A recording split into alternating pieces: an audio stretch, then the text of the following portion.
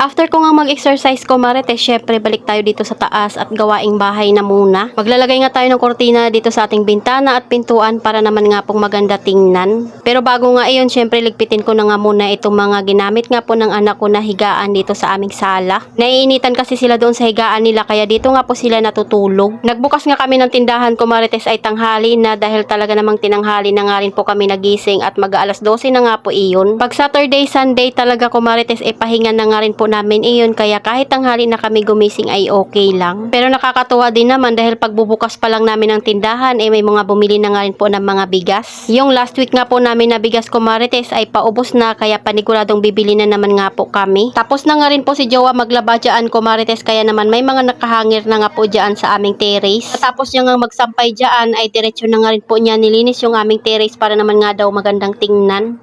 Pagkatupi ko nga po dyan ay diretso na nga rin po ako palit dyan ng mga kortina. Medyo pawis pa nga ako dyan talaga ko Marites dahil kakatapos ko lang din talaga. Noong nakarang araw ko pabalak maglagay ng kortina kaso wala nga akong oras at wala nga pong bantay yung aming tindahan. Kaya ngayon habang mayroon pang tao doon sa tindahan ay asikasuhin ko naman nga po kaagad ito. Nagtatabi ko na nga po yung mga kortina dyan para alam ko nga po yung para sa bintana at yung para doon sa pintuan. Hindi ko na nga muna tinanggal dyan yung arm shaper ko pati na nga rin po yung waist trainer ko para naman nga po pagpawisan pa ako. Bakit nga ba dumating ako sa point na kailangan ko na talagang mag-exercise? Magbawas ng mga kinakain dahil hindi lang naman tayo basta papayat pag nag-exercise, kailangan din talaga natin sabayan ng diet. Dahil nahihirapan na nga rin po talaga ako tumayo doon sa aming higaan. At dahil sobrang taba na nga po nung hita ko, nagkakaroon na nga rin po ako ng pilas. Yung tipong nahihirapan na akong maglakad dahil talaga namang nagkakaskasa na yung aking hita. Nagawa ko na rin naman dati magpapayat pero crash diet nga po yung ginawa ko kaya mabilis nga rin po akong tumaba. Ngayon ay nakaplano nga po yung diet ko at kumakain pa rin naman ako. Nagbawas lang din talaga ako ng mga kinakain. Dahil sa totoo lang kung crash diet yung ating gagawin, mabilis lang talaga pumayat. Pero ang ending nga po ay mabilis lang din talaga mag-bounce back yung ating mga taba. Pero kahit mag-exercise nga tayo dyan kumarites ng ilang oras, kung hindi natin babaguhin yung lifestyle ng pagkain natin ay hindi rin talaga tayo papayat. Less soft drinks na nga rin po ako at less na nga rin po ng kape na 3-in-1. Ang pagkain ko naman nga kumarites, kumakain ako before 8 tapos pagka 12 noon naman nga kinabukasan ang unang meal ko. Pagka 4 PM naman nga po ako nagme-merienda. Tapos ko nga sa bintana ay dito naman nga po ako sa pintuan. O diba mas maganda siyang tingnan ko Marites nung nalagyan na nga ng kortina. O ayan at natapos ko na nga rin pong lagyan ng kortina itong taas namin at nakapaglinis na nga rin po ng kaunti. So ito naman na nga po yung before and after ng ating bahay.